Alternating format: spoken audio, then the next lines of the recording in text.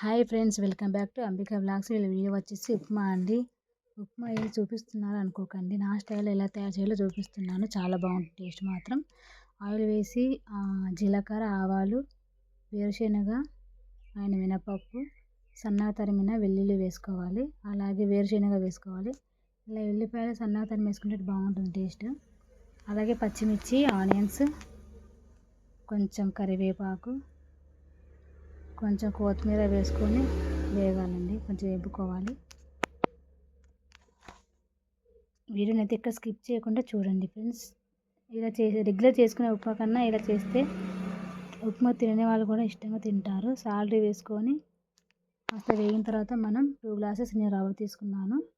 ఈ రవ్వ అనేది మనం ఆయిల్లో బాగా వేపుకోవాలండి. వేపుకుంటే మనం తినేటప్పుడు టేస్ట్ బాగుంటుంది. పొడి పొడిలాడుతూ చాలా బాగా వస్తుంది.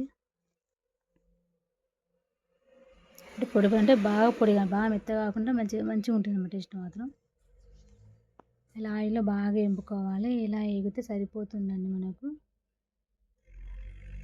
పర్ఫెక్ట్గా వేగిపోయింది. ఇలా వేగితే సరిపోతుంది. 2 గ్లాసెస్ రవ్వకి నేను 6 గ్లాసెస్ వాటర్ తీసుకున్నాను. టేస్ట్కి సరిపడా సాల్ట్ వేసుకొని